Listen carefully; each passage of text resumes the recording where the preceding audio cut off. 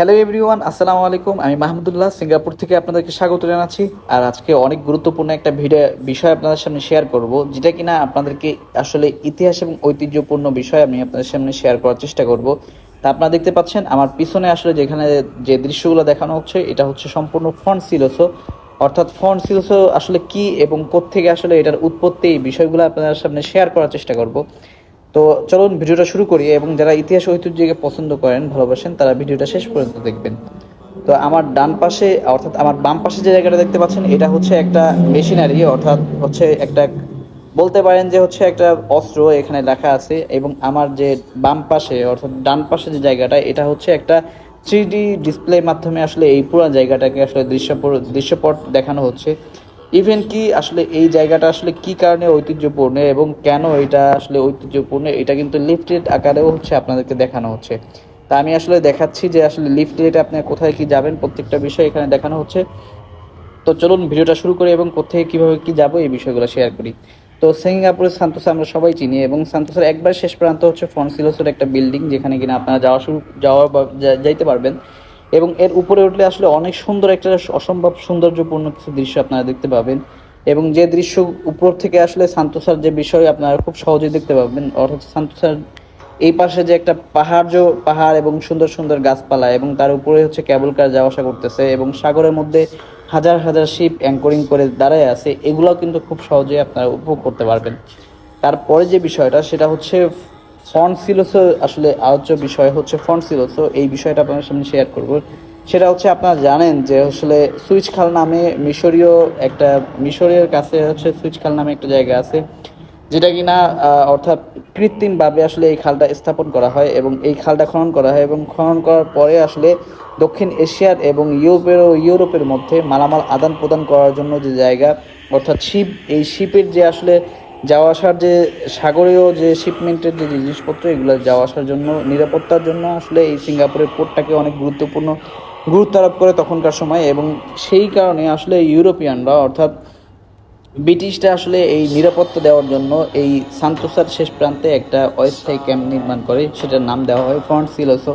তো আপনারা দেখতে পাচ্ছেন সেনাবাহিনীরা আসলে তখনকার সময়ে, অর্থাৎ 1878 থেকে 80-82 সালে আসলে সেনাবাহিনীরা কীভাবে এই জায়গাটাকে নিরাপত্তা দিত, এবং প্রতিদিন সকালে কীভাবে আসলে ওয়ার্ম আপ করতো, এবং তারা কীভাবে কী ট্রেনিংগুলো করতো, এই সব বিষয়গুলো এখানে দৃশ্যপটে আপনাদেরকে দেখানো হচ্ছে।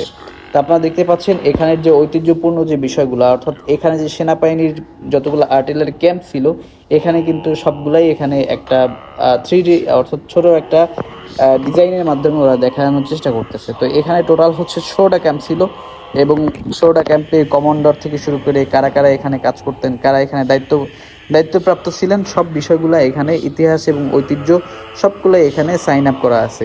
তা আপনারা দেখতে পাচ্ছেন দেওয়ালেও কিন্তু তখনকার যে হিস্টোরিক্যাল যে বিষয়গুলো এখানে লেখা আছে।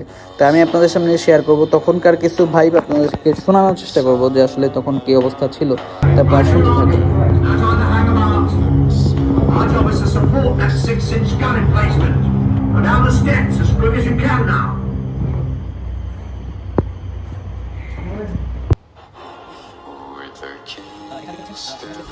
হ্যাঁ, আপনারা দেখতে পাচ্ছেন ফন্ট সিলোসোর আরও কিছু দৃশ্য আমি আপনাদেরকে দেখাই। এই যে জায়গাটা, এটা কিন্তু আসলে তখনকার যে সময় যে কেমন কী ছিল, এবং কেমন আসলে সেনাবাহিনীদের পরিবেশ ছিল, এবং কীভাবে আসলে তাদের ইউরোপিয়ানদের যে ইতিহাস ছিল, অর্থাৎ সব কিছুই ব্রিটিশদের যে ইতিহাস ছিল, সেগুলো কিন্তু এখানে কে অফিসার, কে সেনা, এবং কে কমান্ডার, সব কিছুই কিন্তু তাদের সাইন আপ সহ তাদের ঐতিহ্যপূর্ণ যে বিষয়গুলা, এবং তাদের যে উক্তি এবং বাণী, এগুলো কিন্তু লিপিবদ্ধ আছে, এবং তাদের সাইনও এখানে রাখা আছে। আপনারা দেখতে পাচ্ছেন কীভাবে কি সেনাবাহিনীদের যুদ্ধের যে সরঞ্জামাদি, তখনকার সময়ের কিছু জিনিসপত্র এখানে একবারে পিওরভাবে রাখা আছে। ইভেন কি এখানে যে দৃশ্যগুলা, এখানে সবগুলাই কিন্তু তখনকার সময়ের যে দৃশ্য, এগুলা কিন্তু স্বাক্ষর রাখা আছে। আপনারা আরও কিছু দৃশ্য আপনাদেরকে দেখাই, তখনকার সময় যে সেনাবাহিনী যেভাবে যে যুদ্ধ করছিল, সেগুলো আমি আপনাদেরকে দেখাচ্ছি। তো তখনকার কিছু ভাইব আপনাদেরকে শুনাই। Singapore 1940 a maintenance center, a important part, a vital of the British Empire, অর্থাৎ ব্রিটিশদের যে সাম্রাজ্যপূর্ণ বিষয়গুলো এখানেও তুলে ধরা হচ্ছে। ব্রিটিশদের তখনকার সে অবদান এখানে কি কি ছিল না ছিল, সেগুলা এখানে দেখানো হচ্ছে। তো এখানে আরও কিছু হিস্টোরি দেওয়া আছে 1931 থেকে 1937, 1931 তো অনেক কিছুই আসলে এখানে আছে। তো এগুলো আসলে হিস্টোরি আমাদের জন্য জানা জরুরি, আসলে কিভাবে এই সিঙ্গাপুরে এত উন্নত হইলো, তার পিছনে আসলে কাদের অবদান ছিল, তার পিছনে কাদের অবদান ছিল, এগুলো আমাদের জন্য জানা অনেক জরুরি, যা কিনা এখানে খুব সহজেই দেওয়া আছে।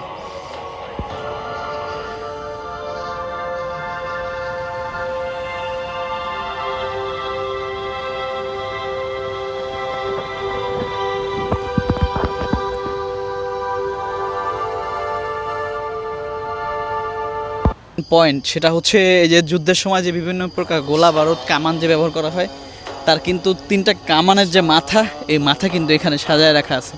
তারপর আরও দেখি কি কি আছে এদিকে। যারা ইতিহাস ঐতিহ্য পছন্দ করেন তারা অবশ্যই এখানে এসে একবার হলেও ঘুরে যাবেন।